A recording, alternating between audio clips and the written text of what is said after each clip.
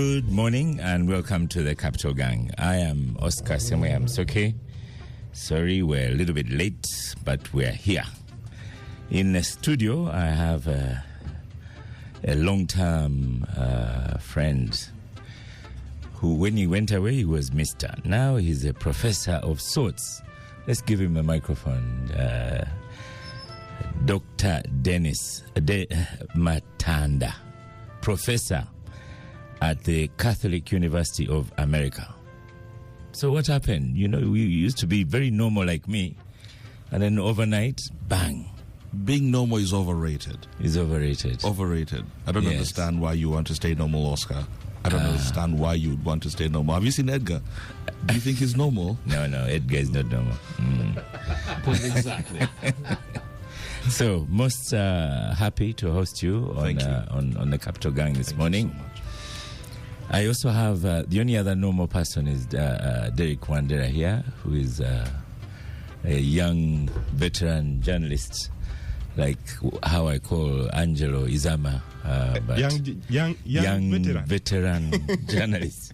So he's young but old already. You're most welcome to Gang. Thank you, Oscar. Thank you for having me. Yes. Edgar Tabaro, specialist in law, farming, regional area. Most welcome to Gang, sir. Oh, thank you so much. It's a pleasure being here. Mr. Wandera has not done us any good. Go to the microphone. Mr. Wandera has not done us any good for Uganda. He's one journalist who understands the affairs in Khartoum, Sudan very deeply. He did one interview and many other interviews, published only one. So I'm revealing a secret. You ought to publish the other interviews. Well, I have him here as a semi-regular. So on the next time we touch Sudan, he'll be here. Believe me, he has a depth of information about Council. it. We are on the Gang. Mr. Louis Rubongoya, most welcome to host you on Gang. Thank you very much, and a good morning to those listening in to us. Yes, and of course, Minister Mugara, most welcome to the Capital Gang, Martin. I'm pleased you agreed to come. Thank you, Oscar. Good morning to the viewers, and I'm glad to be seated with my former lecturer. I think it was constitutional law. Yeah. Louis. Yes, Mr. Louis. Though later, of course, some people have been saying bad things about Louis, so it's a good thing to be saying good things about Louis here. But of course, later everyone took a different path. So you had to put that in. Louis is a great resource for humanity. I thought I would take Martin into NUP, and for some reason he ended up. but there is time. There's time. Yeah. Okay. But there is time for Mugoya to come this side. Martin is from. Which is the county? Ntoroko. Ntoroko is really NRM terrain. It's NRM terrain. He did not have much choice. I don't know. I'll leave that to him. No, of course I had the choice and it's NRM. So let's start with you, Dr. Dennis Matanda. You're visiting Uganda as a specialist, and in fact, when I was thinking about the first topic for Gang today, I was thinking about you and inviting you. So we in Uganda have passed the Anti-Homosexuality Act. It is an act when it is passed?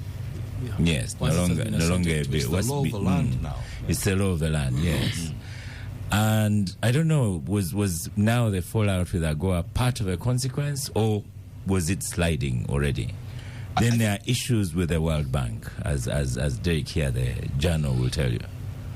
I think that you have touched on the heart of the matter. I think that Uganda was sliding towards challenges with the World Bank, with the United States, because it's almost as though the Anti-Homosexual Act capped the aspects around human rights. I think for me that is the heart of the matter. We shouldn't really run around saying, oh, the Anti-Homosexual Act is the thing that brought all the challenges to Uganda. I think it was the tipping point, so to speak. Oh, it was the tipping I think point. it was the tipping point of Uganda's various challenges. If you look at some of the things that the United States cited, it was things like indiscriminate arrests of people, people being shot dead or something like that. And I think that those are some of the things that came up. The Anti-Homosexual Act was part of a whole slew of things that came You're up. saying it is an excuse. I beg your pardon. Was sir. it like an excuse? No. I think it was the tipping point. Exactly what that is, a tipping point. It was the thing that broke the camel's back, so to speak. I think that's what happened. Very interesting. And also issues to do with World Bank? Yeah, I think so. Let me put it this way. If Uganda had just passed the Anti-Homosexual Act in the middle of nowhere, there would have been a whole different case. There would have been a whole different system. But let me give you an example. Uganda is one of the first countries that had people with disabilities in parliament. Uganda was one of the first countries that had women representatives in parliament. Uganda had alternative, or how shall I put it, women were allowed to go to university with an additional 1.5 points. That same country cannot be the same country that abuses human rights. Yeah. That same country cannot be the same country that shall I say, goes out of its way to say we're going to pass a draconian law to do X, Y, and Z. In my opinion, Uganda has all sorts of contradictions, and one of them was the Anti-Homosexual Act. Yeah. Yeah. And the countries that have not that have said they are anti-homosexuality, how come they're not affected in the way Uganda is? I guess, and this is something that's really interesting. Uganda has not taken advantage of its good relations with people around the world. Uganda hasn't manufactured enough friends in the United States Congress, in the United States private sector. In other words, you need to manufacture friends so they can say, you know what, let us step away and call up somebody in Uganda and say, hey, you guys, why are you doing this? Same thing with the World Bank, because in my opinion, this is all about communication. Yeah. If you are going to do something that is very popular in your country, don't think you're the only person that knows about it. From that perspective, if you had forewarned your friends and said, hey guys, our Ugandan people find this X, Y, and Z very, very popular, we are going to pass X, Y, and Z law. However, you need to prepare for this. They're not going to bring up things like, oh, this is Pacta Sant Savanda. You are in defiance of international law. I think for me that's one of the important aspects. But it's not just Uganda that has lost AGOA. There are other African countries that have lost AGOA. What exactly have we lost? But you cannot juxtapose Uganda with Mali, honestly, with Chad. Uganda is the pearl of You're Africa. saying things Martin Mogara would not say. You cannot necessarily juxtapose it with those three or whatever. Uganda has lost a significant amount beyond just the trade provisions around AGOA, beyond the market access provisions around the 6,500 or 6,700 products. What Uganda has lost is a certain signaling effect that Uganda is a normal country, that Uganda can work alongside the community of nations. So while AGOA is not necessarily, let us say Uganda is going to lose its trade. No, Uganda does only $13 million under AGOA, or that's what it did in 2023, $13 million. But guess what? That amount of money had grown from 4 or 5 million in 2020. In 2023, if it goes up to 13 million, that is growing exponentially. We also have to look at it from this perspective. If you shut down, if you do something like the Anti-Homosexual Act, or if you do human rights violations and things like that, and they kick you out of AGOA, you're losing things like access to the world's largest markets for interested and disinterested capital. If they threaten you and say, we're going to withdraw or reduce the amount of overseas or official development assistance, you have major issues as Uganda. Secondly, U.S. direct investment abroad, which is basically foreign direct investment, it is signaled by things like AGOA. If we want to do something in your country, we can come invest in your country, so we actually have a direct market back in our country. So American investors might have wanted to invest in this country. And what's very interesting, U.S. direct investment abroad had been growing. It had grown from 76 million in 2020 to about 104 million in 2022. In my opinion, AGOA is not just a market access provision, it's a signaling tool, and we should have been a little more intentional about it. So you've had a week and something in Uganda. Who have you met, and what are people saying about AGOA? Are we saying, well, it's only 13 million, you know? Interestingly, that's exactly what I have found. I have found that many people do not really understand the essence of AGOA. Should we understand? Yes, we should. The African Growth and Opportunity Act was an export development program. It is a development program at the heart of the matter.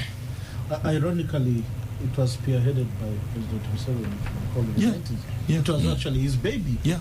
And when Clinton... Go to the microphone. When Clinton led his first delegation into Africa, you remember that Africa tour? Yeah. That took him to South Africa. I think South Africa came to Uganda, Dakar and Ghana. It was Museveni's push, him and the late Mayanja Nkanji.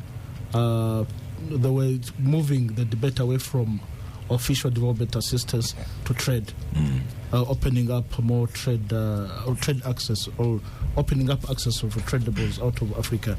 So it's really, it's such a low moment. I'm so glad that Edgar understands this, so you can see what I've been going through. This is the very first time I've been here that somebody has actually captured the essence of AGOA. If you read the communique that was signed between Clinton and President Museveni's delegation at Nakasero. You remember he big delegation brought American businesses. Yes. You know, and remember late Ron Brown, the Minister for Commerce. Who died in a plane crash after that. He was also chairman of the Democrats. Really, it was such a big watershed in the Uganda-American relations. So I can't believe... Dennis, you've been going around officials, and the first time you have connecting is on the Capital Gang with Edgar Tabar. Yes, absolutely. Which brings me to the heart of the matter. Let's really discuss, when you get people and they tell you, yes, we have the Chinese and they can always do everything. I want to say something. You should never underestimate the power of the United States. And it's not the United States government. The United States government is less than 25% of the United States economy. 75% of the United States economy is people-to-people, commercial businesses, private sector businesses that have the capacity to give you much more disinterested capital. What disinterested capital is, it's capital that doesn't come looking for profit. It's people you call and say, oh, send me $300. The diaspora guys will send you $300. That's disinterested capital. It is just meant to promote consumption. It's meant to promote expenditure. But there is interested capital. That is American. American interested capital is larger than anything China has to provide. What that means is that if we want to invest this money in a profit maximization motive, it is also going to generate economic development. Finally, from you, Dennis, I don't know if you know that Honorable Martin Mugara is the Minister of Tourism. I actually do. You actually do? He didn't realize that I knew who he was when we were shaking hands outside. I know who he is. Well, big men, we are the ones who are supposed to know them. Is it for tourism or for antiquities? The nomenclature of that ministry has been changing since 1991. Why are you a player hater? Why are you hating on the man? No, he's a brother. we come from the same sub-region. What would you say to him? How is the tourism industry affected? The tourism sector, I am going to say something about the tourism sector. The highest mountain in Uganda is the Kilimanjaro. They have a right to get as many visitors as they can. Rwanda, small as it is. Rwenzori. Kilimanjaro. Kilimanjaro is high. It's got all these things. It's not Uganda. It's not Uganda. Uganda doesn't have the highest peak. But guess what? But it has the highest peak on the equator. Which allows me to say this. Rwenzori has 5 snow-capped peaks. Right? Uganda has more gorillas than Rwanda can muster. Anyone can master. Uganda has the world's best weather. And guess what? Uganda is still doing a good job. But Uganda has not been very intentional. And if Uganda continues doing what it's doing right now, by ignoring the world's richest, largest, and most discerning consumers, in my opinion, you're doing yourself an injustice. I think we should be very intentional about the United States. Now, I don't want to sit here and promote the United States as bigger than or better than anybody else, but Uganda is a developing country. We now say we are in the middle class, but I think we have a responsibility to be very intentional about attracting foreign direct investment and official development assistance. Okay. Minister Martin Mugara, you heard from the man saying that even in your docket, perhaps there are losses as well. Has the departure of AGOA, how is it affecting Uganda, in your opinion? No, I've actually silently listened to my colleague. First of all, before I say anything, I think I'm Ugandan and a very proud one. And the anti-gay bill is representative of the Ugandan society that we represent. It's not the values of the NRM, it's not individual, but it is representative of who the Ugandan people are. So now it's upon us to make a choice as Ugandans. And we are proud ones, really. We are not going to give up our values because a certain country somewhere says, I'll throw you out because of AGOA. And they have done this deliberately. If I tell you the intentional, deliberate drive that the U.S. has targeting Uganda, even the tourism sector, I wouldn't want to say it on air. It is. I don't want to use the bad word, but I know from where I sit what I'm talking about. It is very, very unfortunate.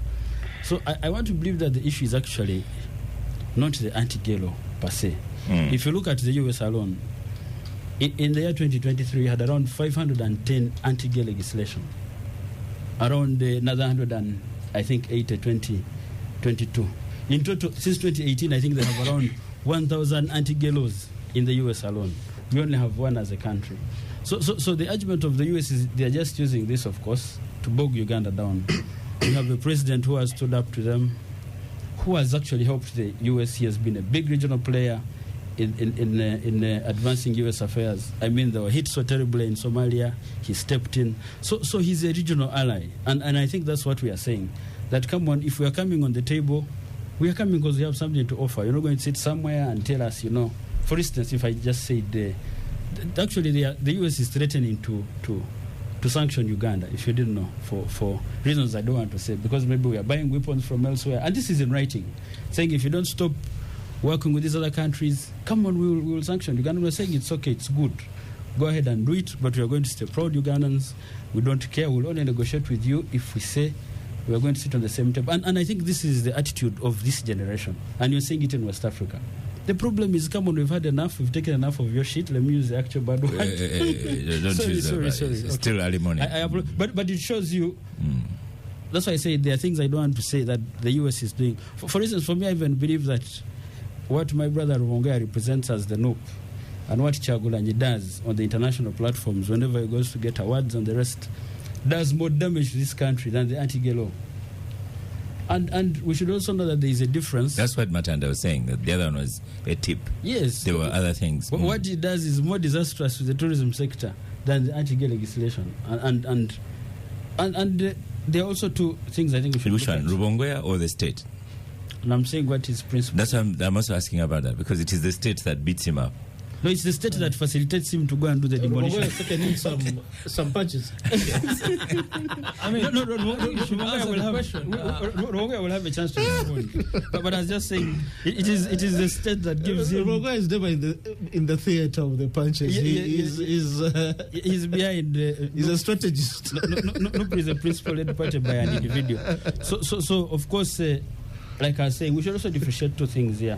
I think the strategy and the U.S. government policy vis-a-vis the Americans. I want to tell you, for instance, where I sit in the tourism sector. The U.S. is still our biggest source market. If you look at how many Americans came here, despite the deliberate campaigns by the U.S. government, by travel advisories, Uganda is terrible. In the year 2022, we had around 13,000 Americans visiting this country. By the time we closed 2023, they had gone 17,000.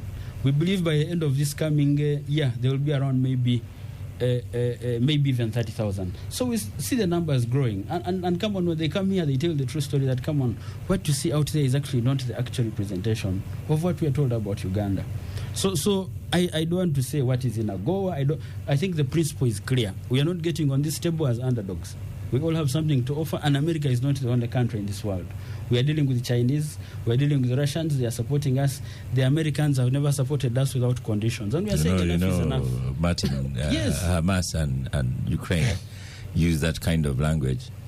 Now they said they are coming to the table as equals and what? By the way, I'm not speaking as government. No. I'm speaking as a Ugandan, as Martin. So I think it's high time that the US knows that it's good we deal with people. I mean, you'll not threaten me. Like I said, this is representative. They have so many anti-gay laws. Why target me? Because so what? Should I sell? And that's what the president always says. I remember when we had COVID and we had an argument as tourism that, come on, you have to relax testing at the airport. You just do instead of the PCR. I said, come on, I know we need the money, but we're not going to sacrifice life for money. So we're not going to sell our souls to the devil just because we need an American market. I think and now the president and the speaker have said it is those people that are targeting her. I don't want to go that direction yet. So I think we all did this. We knew there were consequences. Let's face them, and I think we'll get out of them much more stronger and much more independent as a country. Okay. Yes. And maybe as I conclude, really get out stronger. Yes. Don't make conclusions yet. The hour is still young. Yes. Whenever you're pushed into a corner, you find a way of surviving outside it. You can see how we are trying to budget going forward. Things will change. We'll find means. We'll find new allies. But there is no way we are going to sacrifice the values of this country because of the market AGOA and the rest. It won't happen. Edgar, are there any gains in what Martin here suggested? Maybe we are cultural gains. We have identified ourselves. We are proud Ugandans. And we're not going to be bullied by Americans and whatever else Martin, Dennis is saying. You know, I'm 47 and I keep still young to my age. Still young. Not too young. Not too young anymore, and not too old. I think I could be a year older than Dennis. I'm actually much older than you, sir. Dennis, we are contemporaries. You were born 76 or 77, so you're young. We're contemporaries, Dennis. When did you leave? Okay, we're contemporaries. Let's leave it's the first time I'm meeting him physically, but we've been interacting over the years. I'm still much older than you because I joined in 93. Really? That's when you joined my career? I was doing my O-levels then. So I've learned, over the years. I could have taught them both. Sure, Oscar. I've learned over the years that many things, many decisions are based on information that is not available to the public. Mm-hmm. So all these simmering tensions you see on the face, believe me, there are many other considerations underneath. The Honorable Mugara, incidentally we pronounce it Mugara. The R is that's how we pronounce it in our home area. Honorable Mugara, I really salute you. I don't know people from my home area in Toro who are this bold. And although later he retracted and said he's speaking as Martin Mahinduka, Ugandan, and not the Ugandan minister. So, and indeed he mentioned that the aspects of threatened sanctions against the government of Uganda. The truth of the matter is that the Ugandan companies that are associated with Russia that have been sanctioned, and officials in those companies have been sanctioned. And in the manner in which America is doing it, the direction is very clear. Now, the question is, what has brought Uganda in such direct collision with the United States? For many years, there was you were talking about developing friendships with the United States. There was a very strong Uganda lobby in the United States. Remember all these, you remember the prayer breakfasts that have become now a tradition in Uganda, 8th of October.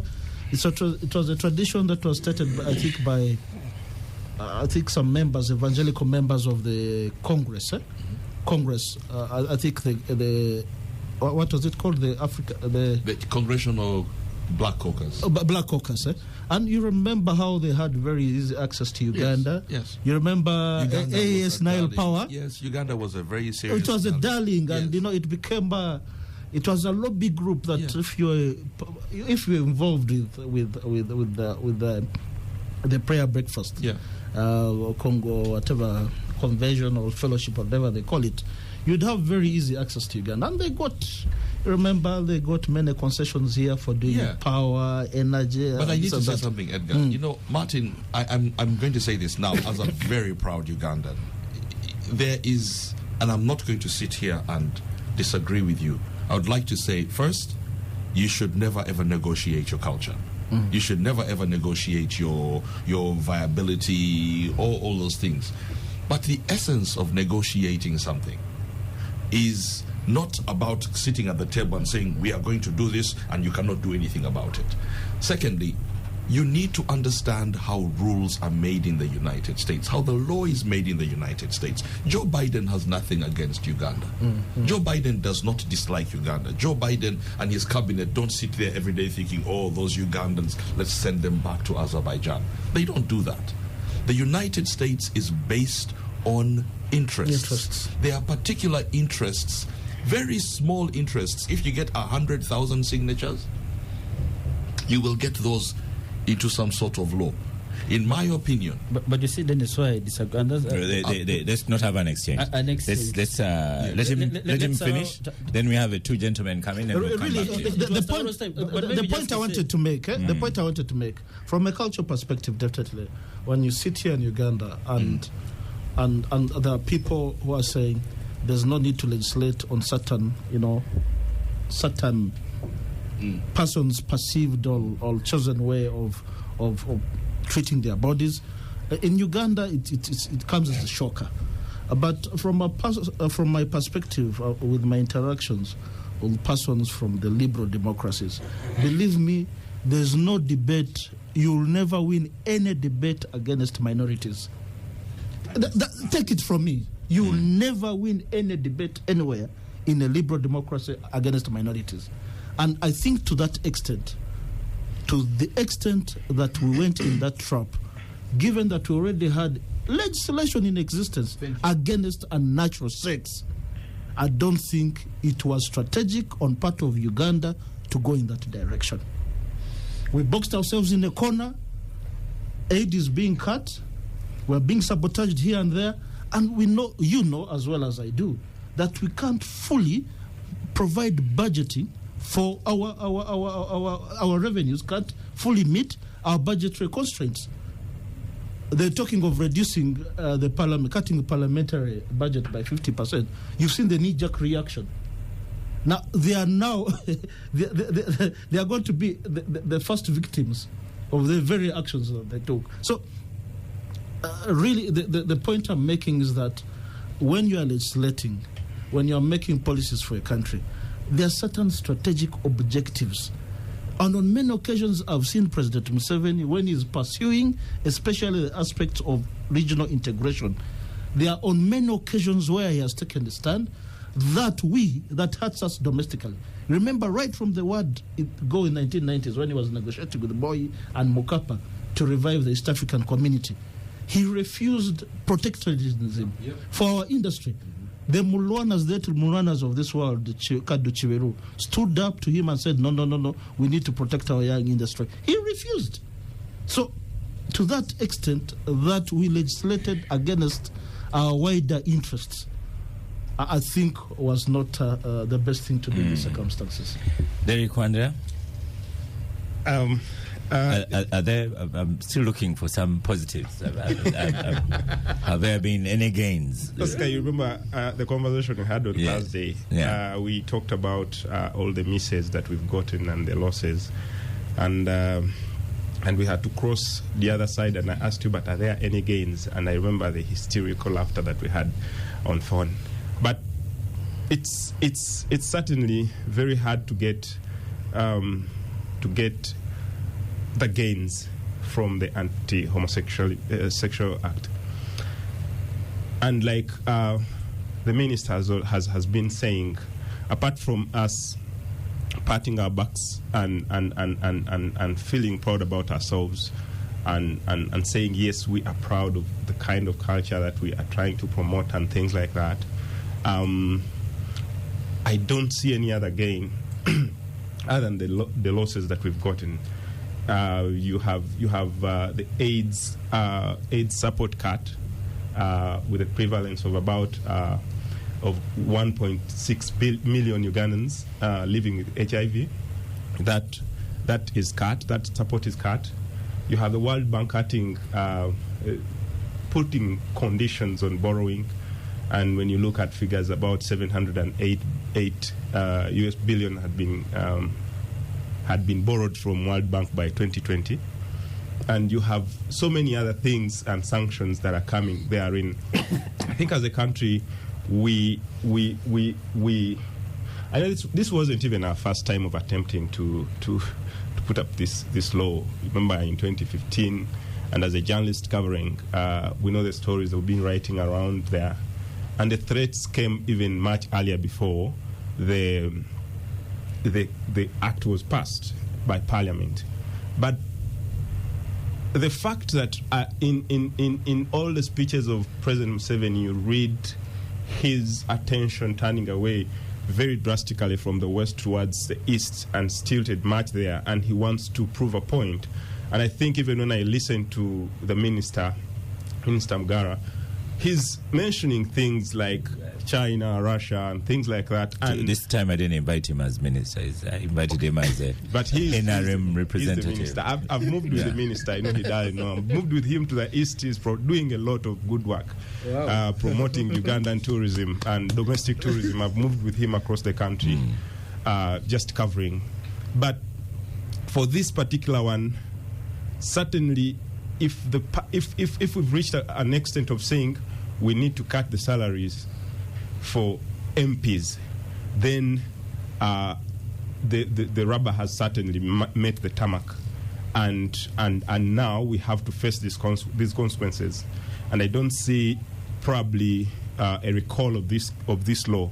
It has affected us. I know for sure that, for instance, last year, many of the government MDAs suffered budget cuts up to almost the third quarter of the year, of the financial year.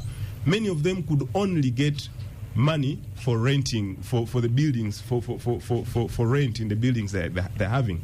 They could not get the supply, the money they're supposed to get, and I know the minister will agree with me on this.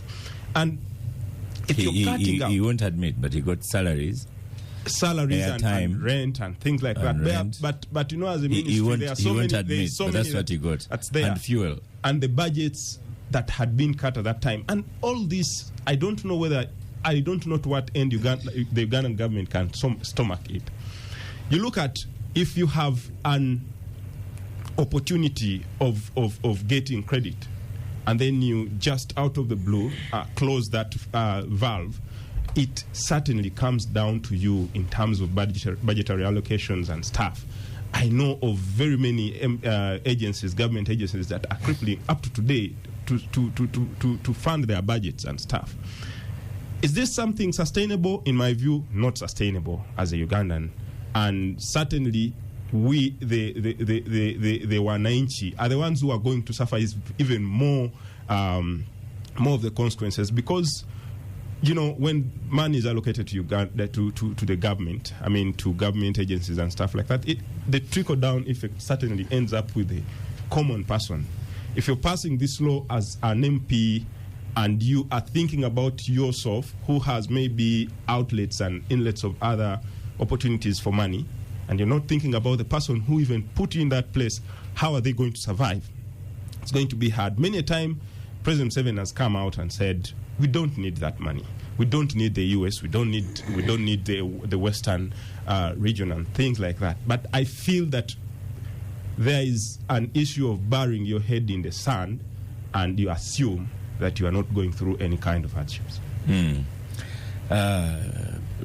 Rubongoya, if you think of Martin Mugara's NRM, he says you are a bigger problem than even the anti-homosexuality act. I think I would take that as a compliment.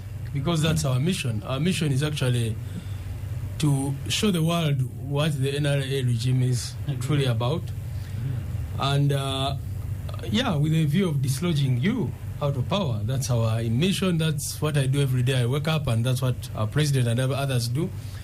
Because for a very long time they've put, some sort of smoke screen. They want to pretend to be democratic.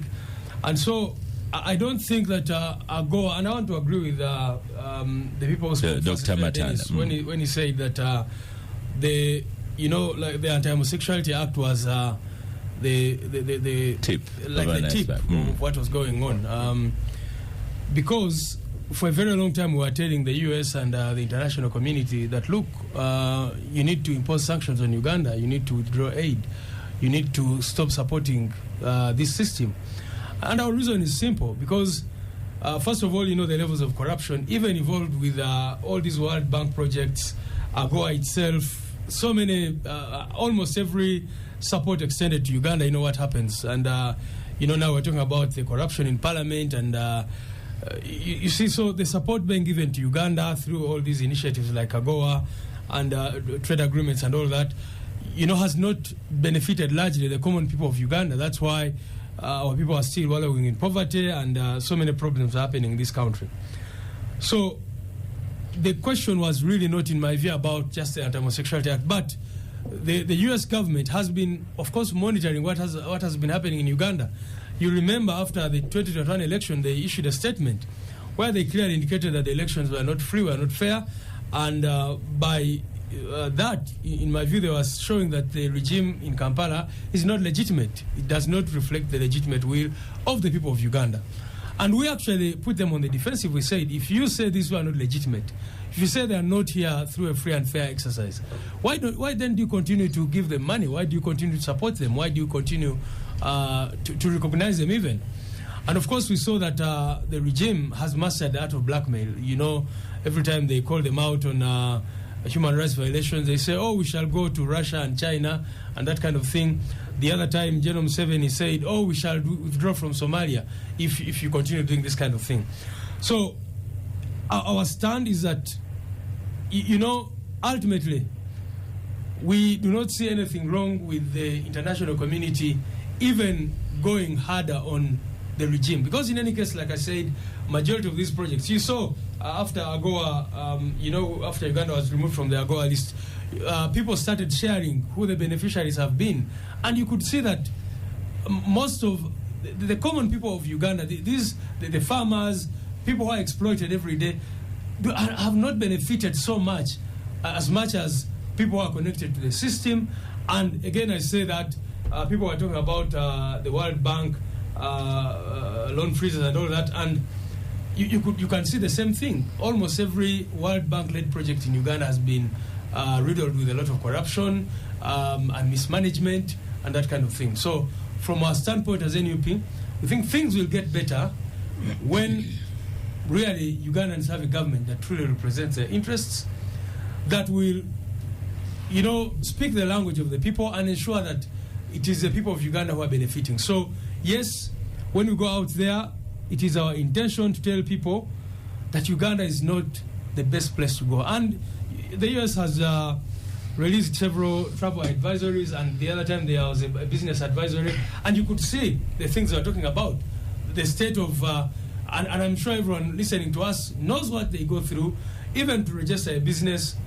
You find that almost in every transaction in this country, now some money has to exchange hands. Every time a citizen interacts with government, in any way possible, there will be corruption somewhere.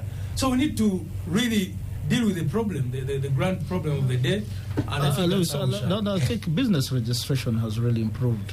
It has. It has improved. I've not said it has not improved. The red tape has been cut out. Yeah, but the point I'm making is, you are a lawyer like myself, but like I said, what happens in this country, every time a citizen interacts with government, including business registration, by the way, you'll find that sometimes it's not even a government official, it's someone who is trying to do brokerage and all that, taking some money here and there.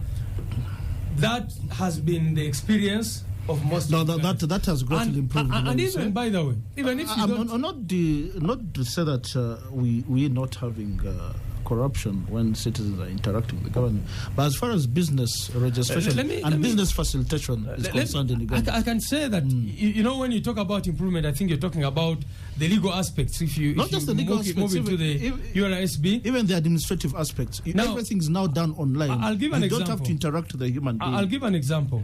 Just try to get a trade license, even a normal one, an ordinary one, and you'll see that yes, there's this money which you'll need to pay officially, but somehow an ordinary citizen, and I'm sure those listening to me know this for sure, you'll find that someone has to part with some money to do this. So, but the question of corruption, you don't need to convince anybody. People know what goes on in this country. If you're buying land or you're doing land transfer or whatever, people know what happens in this country. Investors, to an extent, that General Museveni has now had to put a whole unit to deal with investors' protection. I don't know, every time he sees a problem, he creates an entity, then the entity many times also becomes corrupt, he creates another one. So, to an extent that he has had to form a unit to say that this is to protect investors. Why? Because every time an investor comes to this country, but there will be problem. People. So, in essence, what you're saying, for you and maybe your party, you're not sorry that AGOA has gone. You are not sorry that salaries are being cut. You are not sorry that the government is struggling for money. In essence, that's what you're saying. But like I said, you've seen what that money has been doing. You see, when you say that, for example, that I saw people talking about 50% cuts, proposed cuts to Parliament. You've seen the corruption that has been going on in that Parliament. Money in billions of shillings going on some individuals' accounts. But Oscar, in what they are calling, I'll come back to you. Corporate social responsibility and all that kind of thing. And there is no accountability. General Museveni goes to, to where the speaker comes from, and instead of calling her out on these serious allegations, he praises her to say that there's nothing wrong. You can go on and do whatever you're doing. So the point I'm making is that as long as the Ugandan citizens are not really benefiting from the money that the international community has been giving to Uganda, as long as projects are riddled with corruption, as long as you're talking about foreign direct investment, as long as investors come here and they're just robbed, for lack of a better word, then we're not sorry at all.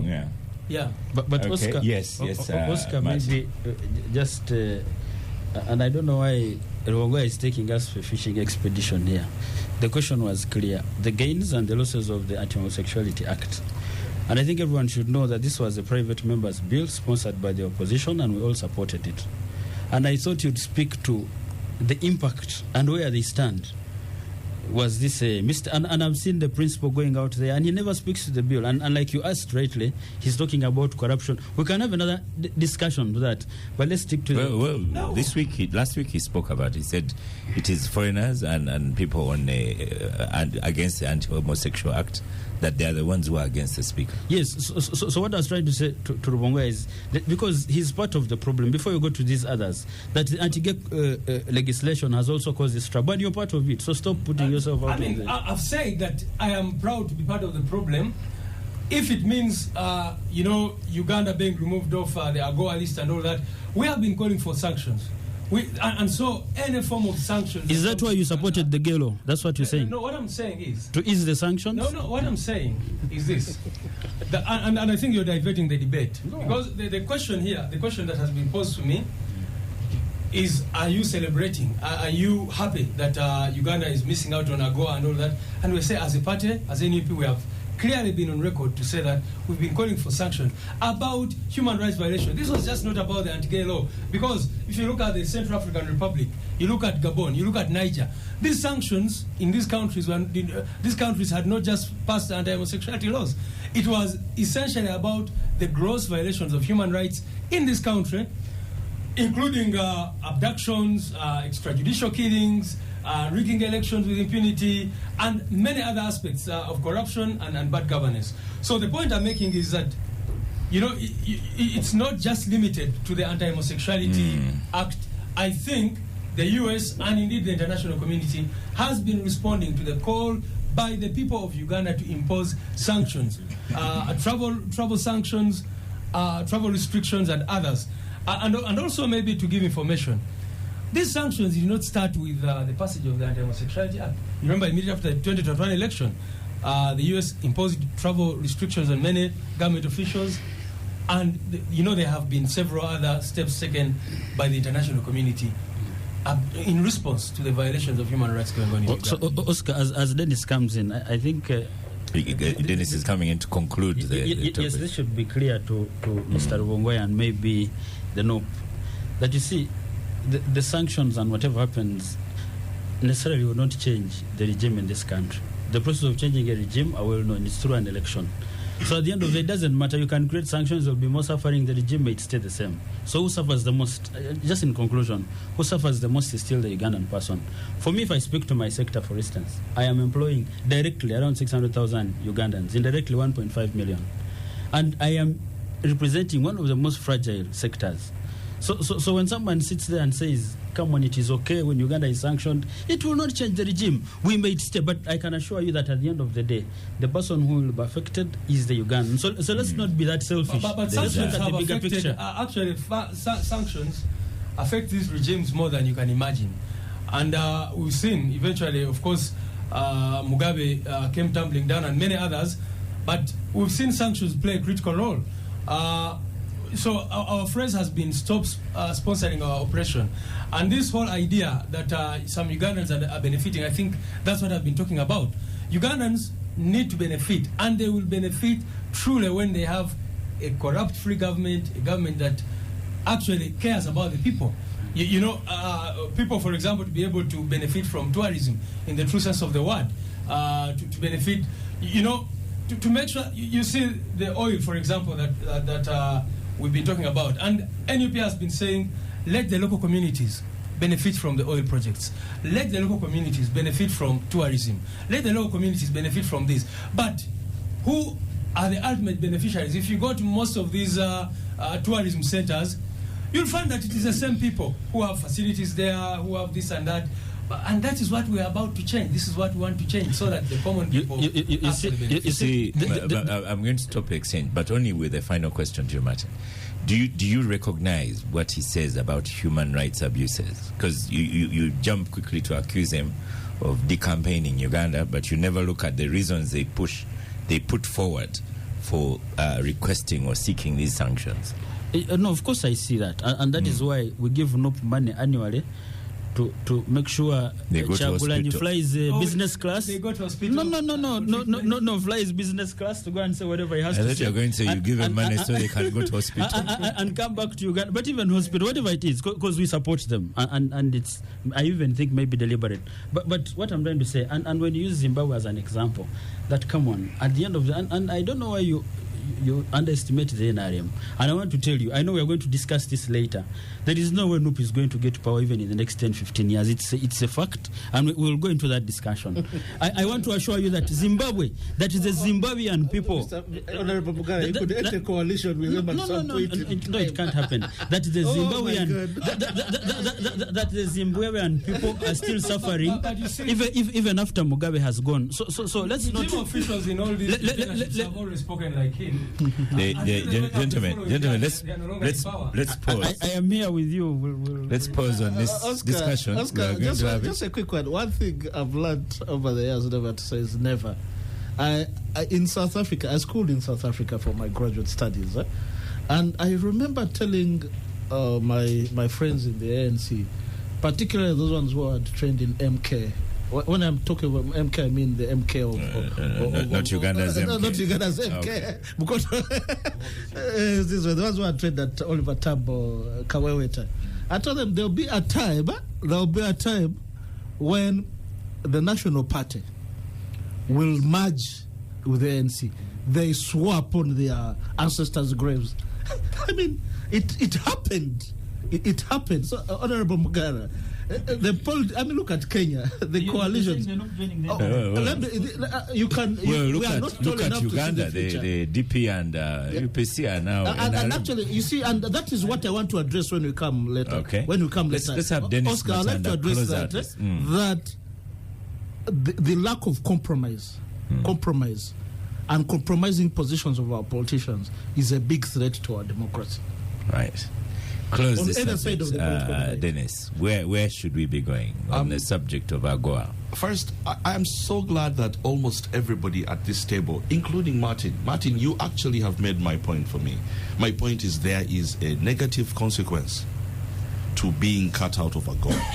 But what's very interesting, so one of the reasons that I came to this country is that I'm serving as an external trade consultant to the Presidential Advisory Committee on Exports and Industrial Development with my... Oh, you're back home. Yes, I'm back home. I'm back home dealing with my friend Audrey Probogo. And I'll say this, that we are going to do everything we can, including this conversation on Capital Gang right now. Right now, many people understand that there is a negative consequence to being cut out of AGOA, to being cut out of these global things. So what we are going to spend a bit of time doing is holding global conventions. So we're going to bring a conference to Uganda, something on the Pan-African Congress Business Forum, sometime in June. And we are going to spend time talking about the values that Uganda represents to the region, the values that Uganda represents to the continent, and the values that Uganda represents to the world. Don't be surprised, Martin, I'm going to come to your ministry and say, we really want to spend a bit of time asking for support. Because trade, investment are everything. They are tourism, they are human rights, our country. We cannot underestimate what AGOA means, but most of all, we cannot underestimate what the relations, and I'm going to say again, not what the United States represents, but what the relations with the United States represent. It is of absolute importance for us to understand that. We cannot say we have China, we have Russia in exclusion of the United States, because we've had partnerships for a very, very long time. Thank you. We're going to stop for a break. After the break, we move on to our next topic of the day. Capital Gang on 91.3 Capital FM. Capital Gang on 91.3 Capital FM. This is the Capital Gang. Welcome back from the break. I have a young man observing the gang today. His name is Bill Dan Borodi. I'll allow him to say a hello message at the end of the show. Recently, I went to Makerere University last year and attended a talk on Sibirwa Day. And I was given a chance to tour the former Northcote in Sibirwa. You know, as an OB of that place, it was my first time visiting. I was met by the high command of the whole, so we'll say hello to him at the end. So, welcome to gang. You are Northcote? Yes. I have to get off this show because I'm a Lumumbist. But anyway, let's go to let's go to the reporting, Derek Wanda. So the CDF, and I was reminded because we put on our flyer it said he will be sworn in. The CDFs are not sworn in. No, they take instruments. They take instruments of power. So give us a report on how that power was taken. Yeah, it happened. Was it Thursday in Gulu? Yeah, and was there a reason for Gulu? It's a yes and no, but there is certainly a reason. The person who presided over the event is General Salim Saleh, and we have all known his footprints in Gulu and the north, and he has even at some point resided there. He has a very big picture there as the general, and it's important for him and probably the army to widen the scope, not doing everything from Kampala, stuff like that. Probably that could be the reason as to why. But What's most interesting about like the change and the fact that the whole event happened in Gulu was, I picked from the General Saleh and I hear and listen to his speech, and he's telling General MK things, telling him you had gone and you were doing all those things from, and we said we need to bring you back. And even says I asked him, are you now back for real? And he says, yes, I am back. And for me, I'm looking at those political undertones and wondering whether there's an intention to just try to deflate the PLU. Probably, and that was very vivid in the... Was that the reason why Edgar was quick to say he did not mean MK of Uganda? So probably. Are you suggesting that the MK movement is closed? And when you listen to General Saleh, it seems like that's what they are trying. That's what President Museveni and probably the top commanders of the army are trying to do, because he says this boy had become something. He was all over and doing all these things. And then we had to call him and tell him, man, can you come down? Now, we are happy that he's now wearing the full uniform. And for me, Oscar, when you look at the trend of events in the army, how they've been flowing and things, at some point, President Museveni even like whipping. When you get Commander Land Forces and then demote him and promote him, gave him full general, and then dropped him to being an advisor, a presidential advisor, and meant the question that begged was that a demotion or promotion? And probably not knowing, it gave General MK legroom to practice as much politics as possible, and you could hear it and you could read all that from the speech of General Saleh. And when it comes to a time where now you have to put him back into the place of wearing uniform and probably trying to tell him now you cannot practice politics as CDF as you have been doing, then one will wonder what's the future of PLU, and which had spread across the world and some across the country, and then recruiting some of the typical members of PLU into cabinet. So when you ask me, going to Gulu, is it a political statement? I would actually say yes, because there is a lot that President Museveni has been trying to do in the north, and government as a whole has been very intentional on going to the north and trying to dig into the politics there.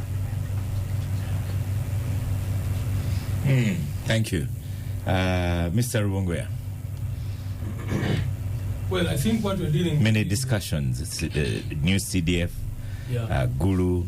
I think what we're dealing with is obvious for everyone to see, that General Museveni has for long been trying to establish a monarchy in this country, family rule, and I think everybody can see that, because you Derek, you cannot stand here and say that they're trying to cut the speed of PLU as though they wouldn't stop it in any other way.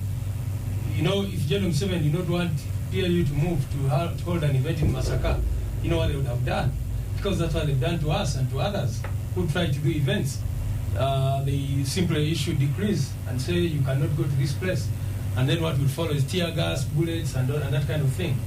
You saw when Mama Mbabazi tried to move out to do consultations, he was arrested, humiliated. The rest is history. They've treated General Tunyefuza the same way, Dr. Tiza Besti and everyone else. So it would be wrong for anyone to suggest that maybe these people did not know what was going on with PLU, or they thought they needed to stop it in this manner. Someone told me recently that PLU is short form for plunder. And that if the current the NRM, which he described as a national robbers movement, has robbed the country, then these guys will do plunder. They will steal everything. So the point really is that it is very clear to everyone that there is a calculated plan. And General Museveni has been very, very deceptive. He has played politics of deception so well in this country. I was shocked last time when, first of all, he had said that he was opposed to the removal of age limit. He said, and he said this on TV, that he would never do that. Then later on, he said that it is the opposition which had provoked them into removing the age limit. Can you imagine that? And then with all the effort they put in, he said, we are not even worried about this, but now that the opposition has started talking about it, they are provoking us. So I'm trying to show you the kind of people who are in charge of the Ugandan state now. So they have mastered the politics of deception. On one hand, like Derek said here, last time when his son was tweeting every day, tweeting against Kenya and all that, he said, no, we cannot allow that. But he promotes him to full general and says, I've recalled you from the position of Chief of Land Forces. So you can see, if it was any other person, any other officer doing that, he would probably end up in the court-martial, be demoted. So many things would happen to them. The other thing that I saw through that, and of course the fact that it is General Salim Saliwas to preside over, the handover and takeover, also shows you what we are dealing with in terms of, and you remember even at the time when he was being promoted, it is General Saleh who came and decorated him and that kind of thing. So Ugandans certainly know what is going on in this country. I heard him also say that, talk about Musevenomics, and say I've given you different books, including one on Musevenomics, and he said that is what has brought us up to here. And I was like, where has it brought us to this situation where we are ranked one of the most corrupt countries in the world, and all these kinds of problems that we have? Certainly would be much further if we had governed ourselves better than that. Also at some point, General Museveni, you remember, said that his son is surrounded by self-seekers. You remember that statement? And now those self-seekers, he appoints them to the cabinet. He says at one point that he's surrounded by self-seekers. They will sit and talk about it. And now those self-seekers are being appointed to the cabinet. So for me, I think what Uganda needs to see is that all this is clearly being planned. And you remember, I think General Sejusa warned us about this when he wrote a letter which eventually leaked and caused him so many problems, talked about the MK project at the time. And, many people dismissed it, including General Museveni himself. He said that is rubbish. But you can see he has been trying to create different scenarios to build steps towards that. So my call to the people of Uganda is to be alert, to be aware of the deception of these people who rule over us, and to prepare to fight for themselves, because if they don't, then nobody will. Honorable Mugara, when he said, when one here said PLU people had been recruited into Parliament, I thought about you. I couldn't work out whether you are MK, PLU, or all NRM. I am a patriotic NRM Ugandan. Right. But of course... He's describing the NRM Lewis is describing. It's good we share the loot together. We give you part of it. And by the way, I want to thank, because NOPA has been filing accountability reports for the 3.5 billion with the Electoral Commission. Can you share a copy with me so I can share on social media? Absolutely, but please, maybe I need to, because you have not shared it. But you had your time. It's available. But can I give information that he's talking about all the time? The law in this country provides for funding to political parties. NUP is a political party. That money is calculated in accordance with the numerical strength. And NRM has been taking 75% of this money. NUP gets only 12% of this money. We have many more things to show for the funding we get. than they have for the 40 years they've been in power. You just share with me the accountability report so that we can share on social media. But you should know that the law, anyway, in a nutshell, is made by the NRM. It has the numbers. But let's not go that direction for today. For me, I want to congratulate... After you've thrown it in, you say we don't go into that. Exactly. No, but he has promised that he will share with me so we can share. Please. This is available information. I don't need to share it with you. It has not been available. It's available by the Electoral Commission. It's you can write. I can't access the Electoral Commission. Can you just give it to me? You can write to the EC and they will. You've been sharing in Pugas. Can you share with me as well? Absolutely. The copies are available at our office. You share with me. You come and pick them. Do I have to come to... Just share. Okay, but that's another... Are yours there? Have you filed NRM? Yes, we have no problem. Really? Of filing. But for me, I'm not the Secretary General of NRM. I'm asking the one of no peer. Is one before me. But for me, I want to congratulate General MK on his appointment as the new CDF. It is well deserving. He will do a good job. As a general, he already qualifies. He's someone with good training. If you look at his CV, I mean, he has trained all over the world. And of course, he deserves the position. And that's what I keep saying, that let's not disadvantage MK because he's a son to General Museveni. I mean, it would be very unfair. Let him be given. And even when PLU was functional, and I still believe it will be, because this is just a patriotic league. I believe even as a leader, he stays patriotic, and he can still maybe perform some of his roles as a CDF. But in a nutshell, I congratulate him. I wish him the best. And you see, sometimes there's a time I watched my brother Terali somewhere saying Chitabani Chagundi Chino. Let me use Uganda.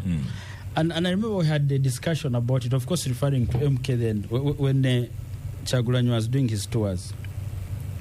And I kept saying, but hopefully everyone in the army is as sober as it can be. Because you see, sometimes when you're general, you tend to have so many people around you who could be overzealous even beyond you and misuse power and do even what is unheard of. But I want to thank MK that despite this power, and I still believe that all these insults will go around, and he will still continue composed, serve this country. The other Ugandans that of course will appreciate.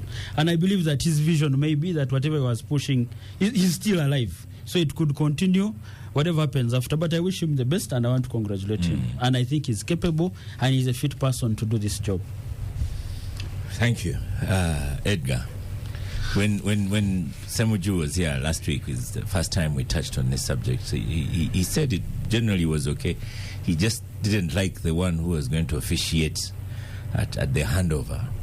And he was very against that aspect. But then, from the General Saleh's comments, it seems it was all well planned. Well, Semuju has had his runs with General Saleh, even on this very show.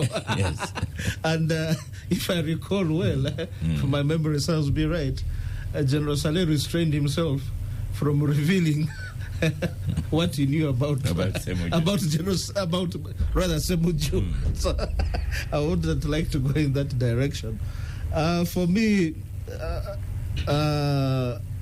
first of all, my jaw-breaking moment in Gulu was the speech that General Saleh gave. He was not reading from a written text. No. It was off the cuff. And he said he had prepared many documents. But the most important one is the Musevenomics. Now, the statement soon after that are my major takeaway. He said, we need that we have been what were the exact words he used? Bag. We have been implementing jumped out of all the this bag. Without understanding. So we need to, and that's why we are here. Now, for me, that was laden with a lot of meaning. What is Musevenomics, if I may ask? If General Saleh does not understand what Musevenomics is, how about the rest of us? How about Honorable Mugara, who's occupying the very important position as State Minister for Antiquities? Tourism. Much of that. You know I mean well. So, could that be the... over the years, President Museveni has been saying, show me who has a vision, and I'll be willing to hand over power. And here we have General Saleh, one of his closest cadres and confidants, saying we do not understand what? Musevenomics. So if Saleh does not understand Musevenomics, who of us does understand? Or what is Musevenomics? Because you introduced me as a lawyer and a farmer. I have interests in 3 commodity chains: coffee, which we do as a family; tea as well. We come from, our tea growing subculture, plantation agriculture in Toro, and beef, meat exports that I'm involved in with some other business colleagues. So as such, I'm deeply affected by whatever Musevenomics is, and that's why when Dr. Matanda was speaking about AGOA, the aspects he left out, and I didn't want to go deep into it, aspects of funding, particularly social impact funders, equity funders that come out of the United States. We've been approaching them, by the way, and AGOA and all these human rights, so-called human rights cries from the likes of Professor Lois Rwongonyi have come up, and United States companies are not interested in social impact funding because, one, the things they raise, minorities, abuse of human rights, they keep raising these things. So, Oscar, what is this Musevenomics? Where is that document? We need to study it. And what is the significance of Musevenomics at a military handover of command? For me, that is very critical. And General Muhoozi was very measured in his statements, very measured. He talked just about the army and said that he's going to give his best. Talked about education of the men and officers and men of the armed forces. He talked about welfare, and he talked about equipping. Those have been works in progress, and we know the budget spent for the army, for the military, but I also see it improving, going up. But also, there are aspects that were never addressed at that occasion. Uganda is deeply involved in the integration of the East African community, and President Museveni has even gone ahead to talk about federation. He was in Zanzibar with the President Ruto and President Suluhu to pursue the aspect of what? Of federation. And if there's anything that has defined Museveni's struggles, right from the time he was a student at University of Dar es Salaam, the debates that he used to have with the likes of Walter Rodney, Professor Shamyarira, Professor Shivji, Professor Peter Kanywani, in driving the integration aspect of East Africa, and the late Mwalimu Nyerere. President Museveni, in his mind, thinks those debates were academic without thinking about the military. That integration can be best achieved if we have a center of gravity, and that center of gravity can only be driven by the military. That is the essence of Musevenomics, actually. The essence of Musevenomics is institutionalize the country through the most powerful institution you have, which is the military. I can assure you that first let me say, I'm going to sign up with Martin. I don't know why we just don't call him General Kainerugaba, because that is his name. It is not MK. I'm sorry, I'm just saying that. No, MK is an endearment term. I know. But we from Toro either use pet names or endearments. Yes, my name is Apuli. Oh, that's great. We should have. Under the circumstances, I understand that. But this is the CDF. Mm-hmm. The commander of the Defense Forces is General Muhoozi Kainerugaba. I think there's a certain joy to calling him. I think that we need to almost wash the past of plunder or plu or whatever it was that you guys called it. I think we need to wash off from the past. But the essence of Musevenomics, I don't think it was necessarily in the speech that General Saleh gave. I think if you step back and see what the president has done, if you see what Uganda has actually done, if you look at many of the major projects, they are happening through the military. That is the essence of Musevenomics. But the essence of it as well, it is that if people took away the cover, they would understand that the essence of Uganda is being deeply institutionalized through the army.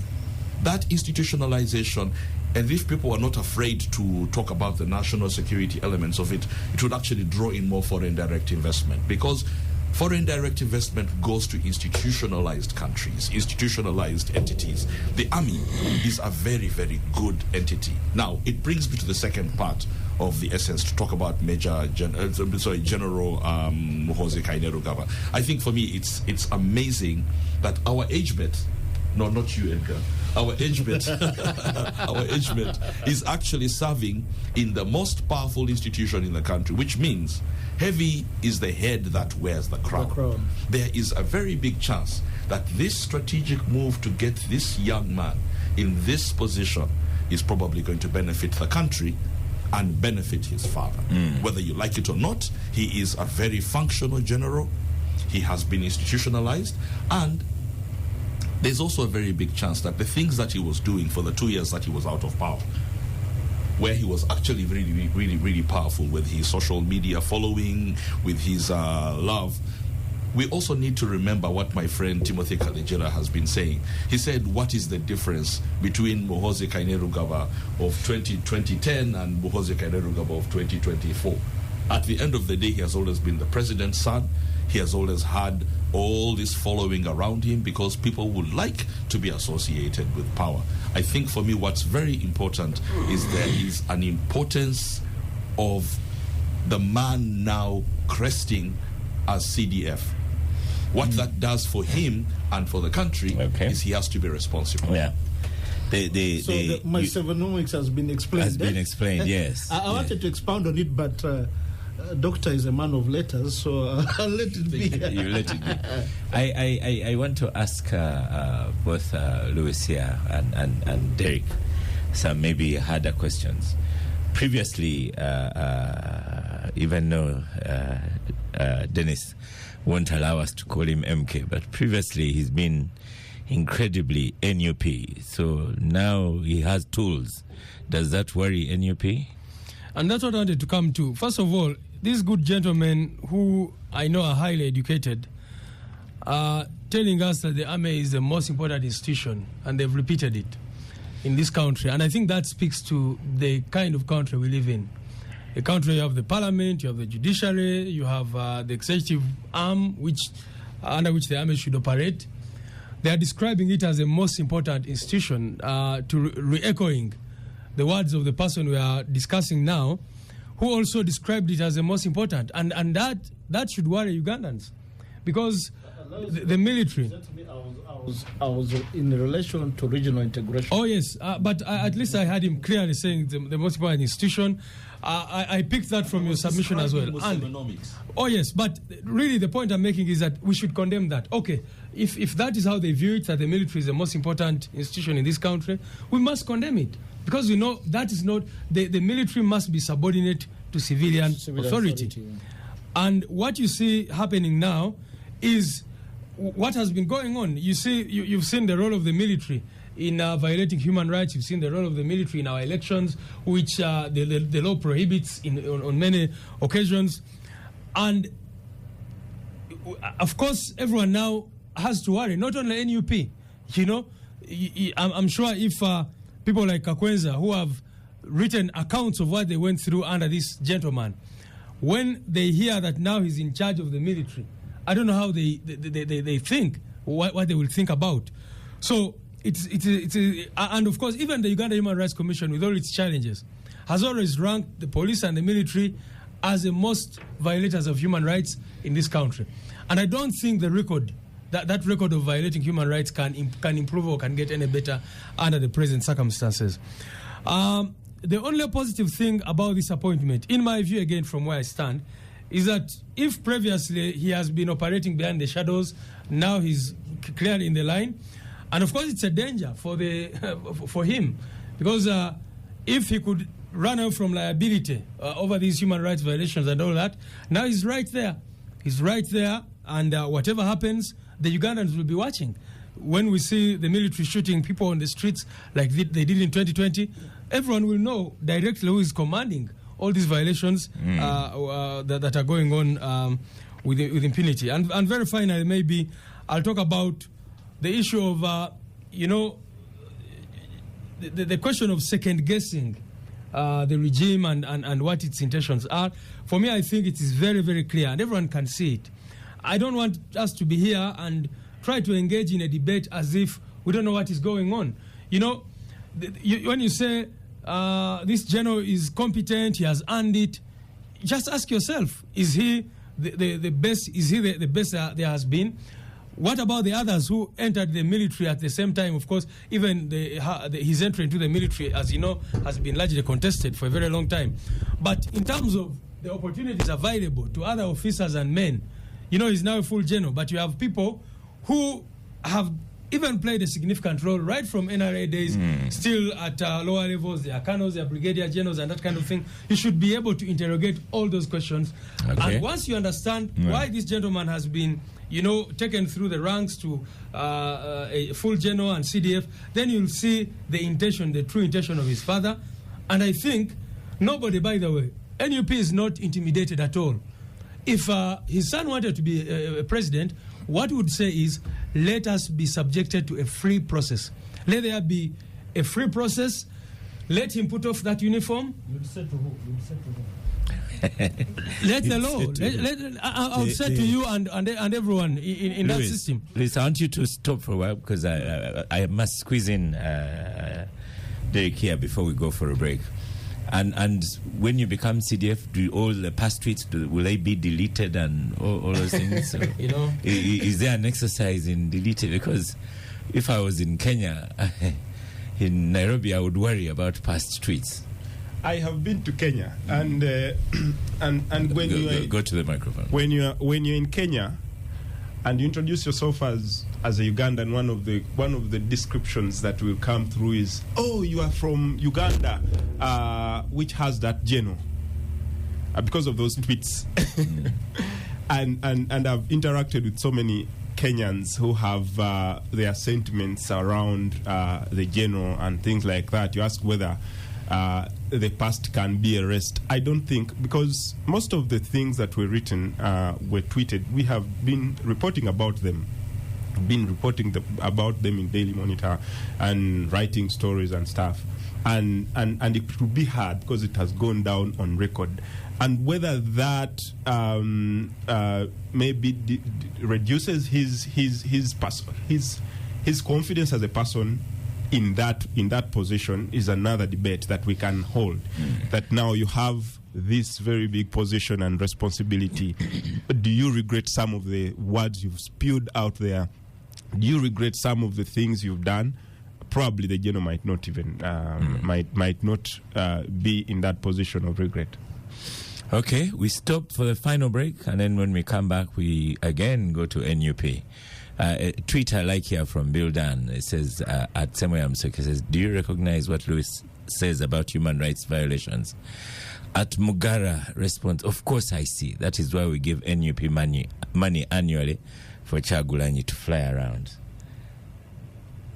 The Capital Gang on 91.3 Capital FM. Did you? The Capital Gang on 91.3 Capital FM.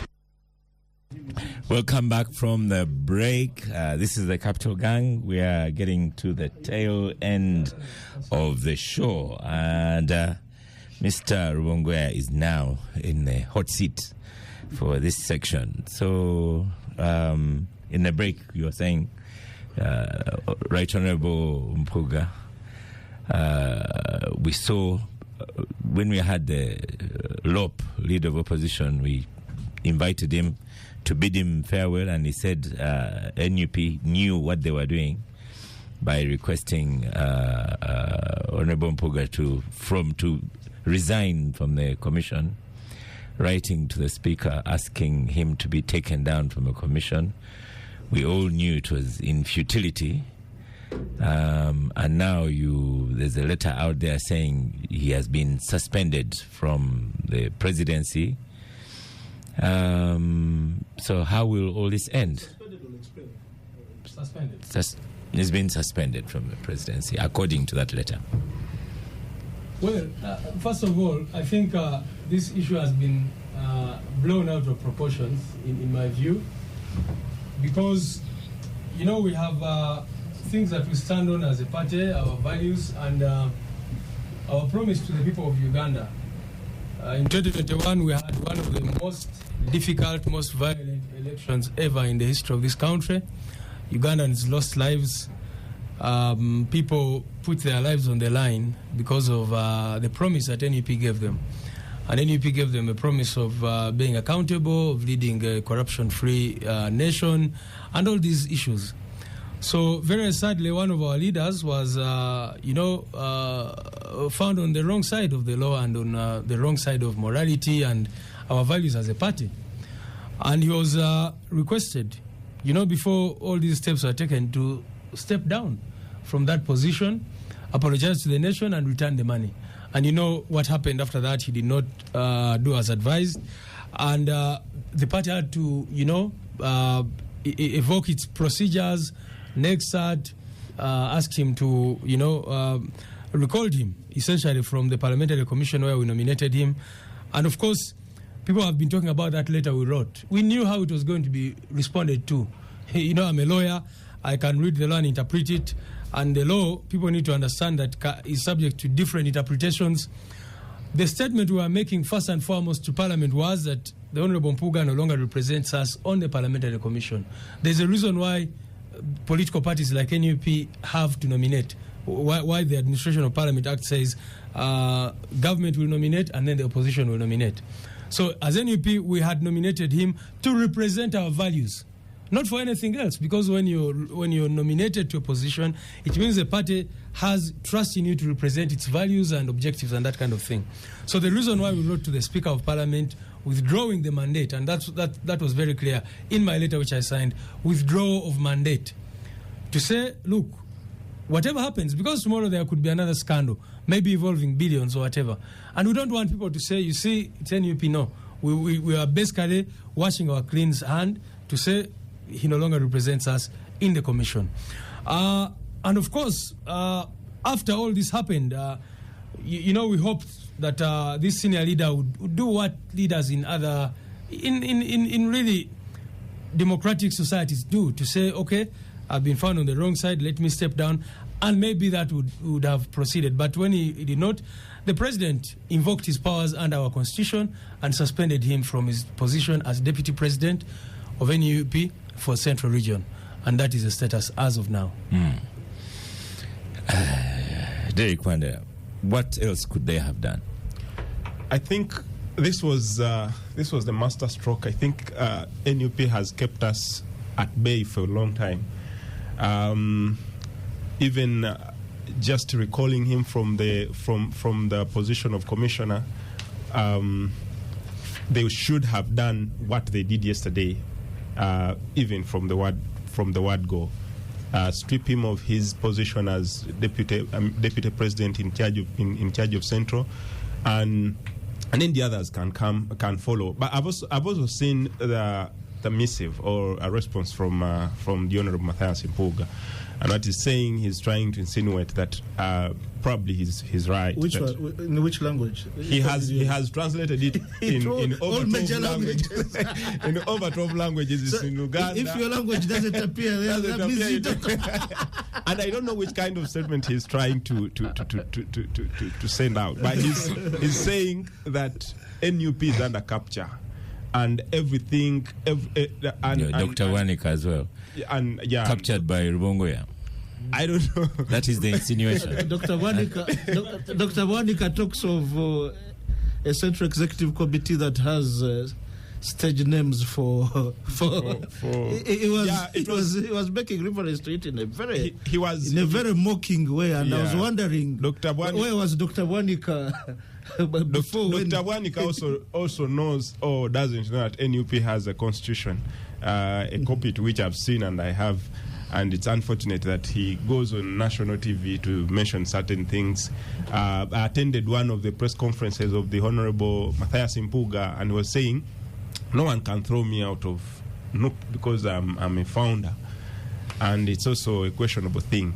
But there is a lot that NUP can do in this situation, because I know for sure I've been in the walls of NUP and listened to the walls that keep speaking, and I know that NUP has always had issues with the Honorable Mathias Mpuga, and they have always kept him at an arm's stretch, even giving him the position of president, deputy president, for instance. I know that there were very many voices that came, for instance, even giving him a position of leader of opposition in the first place. There was a lot of debate around that, and some of them from within NUP, others from outside. And those are things that I have followed to the letter. Which are those voices from outside? The voices. Of course, some of them are from the Kingdom of Uganda. Others are coming from the Catholic Church. That is a key constituency. Absolutely, and others are coming from. I think that what you're saying is what exactly, kills this argument of witch hunt, because nobody in NUP has been really given most prominent positions like the Honorable Mpuga. Leader of opposition, deputy president of Uganda, commissioner of parliament. So anyone who calls it witch hunt, I don't understand them, because there has been a lot of resistance. What you're saying, there was resistance, but you still gave him the power. And all of these positions, he was nominated by the president, the Honorable Chagulanyi Sentamu Robert. He said, you know what, you're going to be the LOP, despite all the voices which you are saying otherwise. Yeah, so those voices have been there, and we've been listening and hearing. Just a tongue-in-cheek. So did NRM learn from this and finally drop some Mabati ministers? Yeah, of course, they dropped some Mabati ministers. We saw both ministers of... Martin has gotten his pen out and he has written some things. The ministers, the two ministers of Karamoja were dropped. The state and the full minister. The ones directly politically responsible for. Yeah, who were the politically responsible for that. And so the Honorable Mathias Mpuga has had these issues for some long time. Okay. Let's take microphone to Dennis Matana, who technically shouldn't be saying anything because he comes from Trump country. I don't know if you are allowed to say anything. He does. He does. And the politics of the day favors him. Yeah, these things. It's my opinion. It's my opinion. Wait, I'm looking at him like, yes, that is the truth.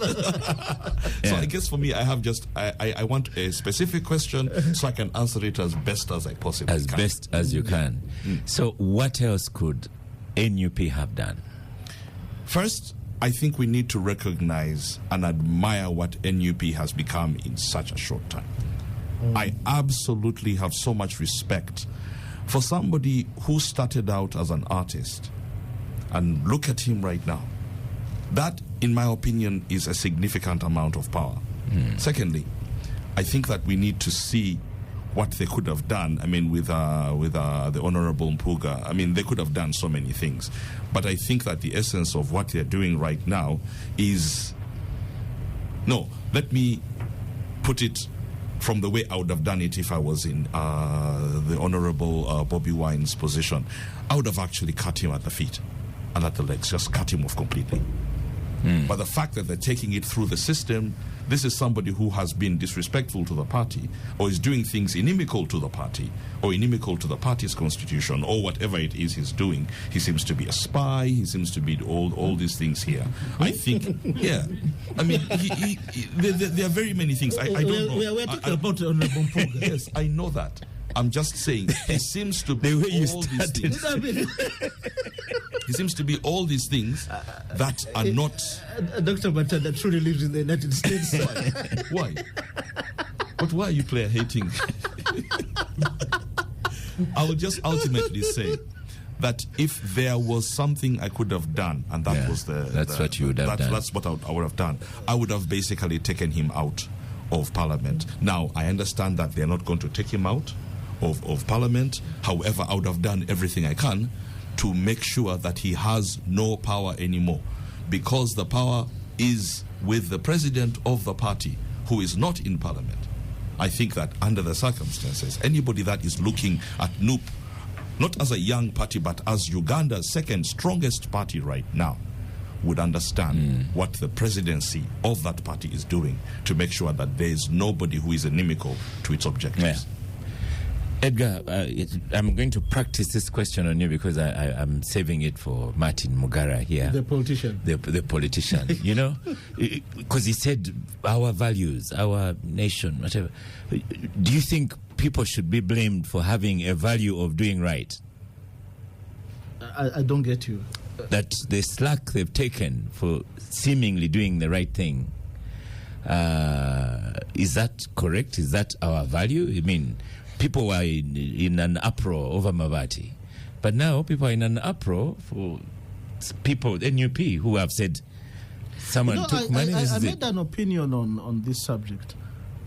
You called me to the show, and when he had been dropped as leader of the opposition, I made my opinion. And I remember you teasingly saying that we have a similar background. He served as a minister in Uganda Kingdom. I served as a minister in Toro Kingdom. He's a lawyer, and so am I. And I see Mpuga more of a leader who represents very critical constituencies, Buganda and the Catholic Church. I also see him as one who can bring about consensus if we are to have polarization of politics in Uganda. I did make an opinion on the monies that were allocated to him as was a commissioner or leader of the opposition? It's a leader of the opposition. And I think where I fault Mpuga is that he did not recuse himself from participating in that decision. At his level, I call it indiscretion. He could have stayed away from that very discussion. And I put it to him by the I've reached him out and I said, Honorable Mpuga, you should have recused yourself from that discussion and let the decision be taken by others. But it's an institutional decision. And consequently, stop writing in different languages. Well. 12 different languages. I was waiting for one in my own mother tongue, but I don't know, maybe Honorable Lewis Ongoya will craft it for him. I'm meant to understand you speak my language too. So yes. I hope you craft him that in my language for the benefit of my people. But the jokes aside, we are less than 2 years away to the next election. 81% of the electorate, the registered voters, will be aged between 18 and 30. Last year, when did you stop your tours on the country, the offices you're opening? Last year, indeed. At some point last year. October, November, September. Yeah. When I looked at the crowd the Lewises drew wherever they went, I couldn't really sit back and say, man, these are the other, we used to call them boys, but they've striven for mastery. We can't call them boys anymore. And I mean well, Lewis, I think they've managed to build a political party from scratch. Leave these insinuations of the Abed Bwanikas, calling them by their stage names, Nubian Lee and what have you, in a mocking manner. And the fact that they could even attract people like Dr. Abed Bwanika to the party shows that these boys are not to be taken, and I said boys, I'm using it in a daring manner, not in a condescending manner. They are not to be taken lightly anymore. If there are aspects, if there are issues that do affect them, we need to attend to them. And to the fact that they've claimed the moral high ground. You remember what they said, if you've not come to the ghetto, let them bring the ghetto to you. Yeah, but you remember Honorable Katun, to make it very clear here, actually on off-air he said more. He said, guys, whether we want it or not, the ghetto is going to come right in our boardrooms, whether we want it or not. So this is the time for the likes of Honorable Mugara, the ones who sit in air-conditioned offices, drive in air-conditioned cars, to go and stay in air-conditioned hotels with a driver, to make decisions for us. This is the time for them to think very, very critically, and design policies that address that crowd. Less of that, believe me, you're going to have a constant headache, and 2026 is not going to be a walkover like it was in the past. Honorable Mugara. But it's very unfair from my brother here to say that I think all members of parliament and the rest are beneficiaries of this. There's even SC here. Really. I don't know. No, you're the one most proximate to me now. Yeah, at the moment. And I'm sure, at the moment. I'm sure it could be in Rubogoya's office. And your one cabinet minister can very easily reach. Indeed. Through family, through Indeed. friends. The others have put themselves out of our reach. Yes, yes. But anyway. And remember, he's the minister we regularly invite here on gang as an NRA member, not just like as a minister.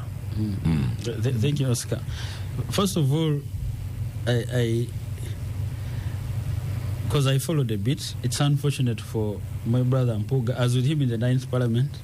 I think we're all independents, and I've made this argument before, and I have told even Mpuga, and Mpuga is the first fallout. I have to tell you that quite a number of people that have the spine to stand up for themselves will leave the NOP.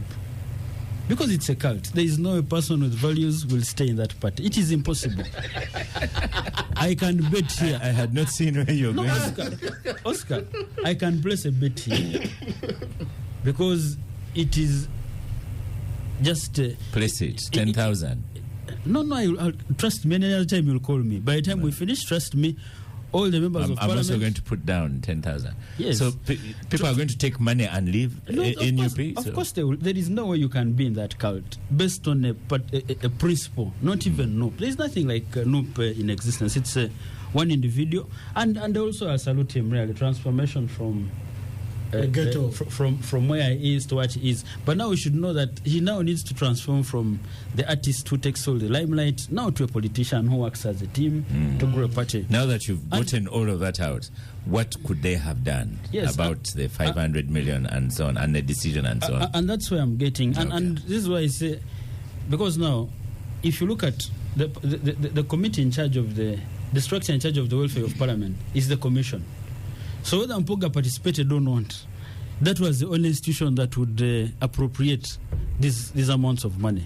Otherwise, because they're all benefactors, so either there would be no meeting or there would be a meeting, and Mpuga had to be part of it, like any other. So there is no other way of doing this. But beyond it, for me, I want to say it is witch hunt. But I'll conclude with that.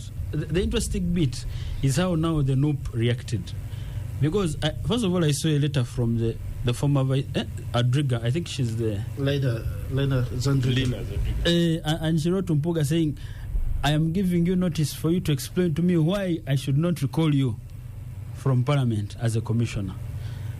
The second came from my brother here, senior counsel, by the way, because I know he's one of the brilliant lawyers I know, writing to the speaker saying that... and he quotes the law in which Matthias Mpuga had been appointed under the rules of procedure as commissioner, but he does not speak to any clauses of the removal at all. And that's what I was saying, because the process is well known, it is laid out. I don't know what you expected the speaker to do, to move a motion on your behalf, to mobilize the 177 members of Parliament so you can move. So either. And I still believe, by the way, that stop taking Ugandans for a ride. You can still mobilize members of Parliament, raise a motion, and remove Mpuga, and not go through the plenary. Of course, that's the yes, but you cannot, because I wanted to ask him what did he want to achieve by writing. Maybe he'll answer. I think I already did, but I can also explain the aspects. Let him finish, and I come to you because there's limited time. So the biggest challenge the NOP has is I've seen the suggested amendments in their constitution, and they are saying that the party president can only be president for 2 terms. and thereafter there would be a new one. And what they are doing now is deliberate, just like the FDC. Of course, FDC was a little bit shabbier, but this one's a little bit more deliberate. They are going to put out any other competition beyond the 2 terms, in that either Kyagulanyi continues his reign, or maybe another person. From where are they learning these things? From where? I don't know. I know from where I came from. Us, I don't know if it's but to be honest, it is unfortunate that Mathias Mpubuga is getting this battering that he's getting from no. But I want to tell you, it is beyond the money. They have always not wanted these intellectuals there. They are going to make sure they all live. They continue managing their party. And yes, from the political divide, the ones who have been in politics, because they are, of course, it will be the intellectual is here. Like I told you, the principle, just like any other artist, the handbook is the same. The light should only stay on him. But I want to assure you, Rubongoya, that of course, try your best as well, because I don't think if you don't have these leaders, there is no one who is surviving beyond Kyagulanyi. Thank you. Simple. Louis Bongoya. Well, it's crazy listening to the thoughts of this, my brother. First of all, it's not true that the Parliamentary Commission is the one that even the Supreme Court has pronounced itself on this matter to say that there has to be a bill generated by the executive to Parliament, which was never done. So you have a Parliamentary Commission sitting, to say that let us allocate money to ourselves. Let us thank ourselves, because a service award means we are the Finance Committee and Rules Committee after. First of all, it did not go through all those procedures. Initially, we even thought that it had gone to the committee on rules, the legal committee in particular, and eventually it turned out that it had not even gone there.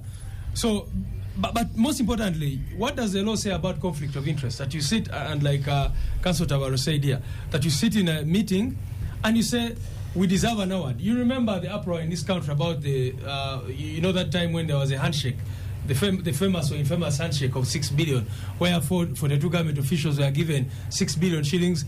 And for them, they even had a justification, because they went and participated in an arbitration in London and came and said, we deserve an award. If your issue is corruption, can you please share the 3.5 billion accountability here? For me, I still don't divert me now. You see, that's why the problem is that, one, there was conflict of interest. The person who presented a report with regard to the handshake at the time was Honorable Anita Among, now who is the Speaker of Parliament, presiding over the same thing that she was against. They are talking about Honorable Mpuga representing a very, these constituencies. First of all, I want to say that this is not a political issue, and people have tried to make it political. This is a question of corruption and abuse of office that we're trying to deal with. The constituencies that you're talking about, even if our president was a northerner or wherever, it would not matter. But you're talking about this matter as if our president comes from a different region or religion or whatever. I don't understand. Are you saying that? So that argument has been crafted very wrongly. And what would you say about Senyonyi now? Now, I want to, if I can. Quickly respond to some of these things. We are He's saying out that of time. NUP is a cult. I don't know how I would describe NRM then. If you say NUP is a cult, then I think NRM would be described as a criminal enterprise.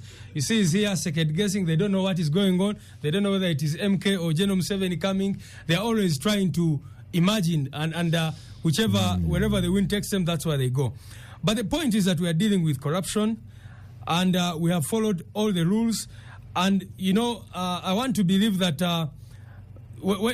have been talking about the question, why did we write the speaker? I've already explained that, the issue of writing the speaker, withdrawing our mandate. But also, we firmly believe that there are different routes of removing someone that the party has nominated. No, they are all lawful. For example, you are a minister here. You may be censured by Parliament, but the president can recall you tomorrow. There are 2 different routes. In our view, and maybe we shall seek interpretation of courts and that kind of thing, we believe that there's one route for removal through Parliament, members of Parliament, that procedure that you're talking about. But we also believe that since we nominated him to represent the interests of the opposition, if such a person no longer represents the interests of the opposition, we should have the right to recall such a person. Dr. Dennis Matanda, I will not allow these two gentlemen to have final word on gang. Let me request that you have final word on gang. Conclude the show. I just wanted to say thank you so much. It is such a great pleasure to come back home and find that you're still in a coterie of brothers and sisters who can debate the issues of the land. And I think that we need to remember that Uganda is the Pearl of Africa. Well said. Thank you so much, Star Cafe, for powering the gang. Performance hasn't been very good on the table on gang. Thank you, Mr. Louis Rongoya, for your debates, especially with Honorable Martin Mugara, Minister. Edgar Tabaro, thank you so much for comments. Dennis, Dr. Dennis Matanda, thank you so much for contribution on gang and telling us AGOA is important. Someone asked me, by the way, how much money is it? And I told them that you already said it's 13 million from 4 million. Thank you. Young veteran journalist. Yes. Oscar, thank you for calling us here. I meet Dennis for the very first time. Yeah. But we've been interacting since the 90s. Yes. So a tweet by I'll get the name, says NUP gets money from iPod, and Rwongwea says that they don't. Thank you so much. I am Oscar Semwe Amsoke. I'd like to wish you a happy Easter, and I shall see you next week.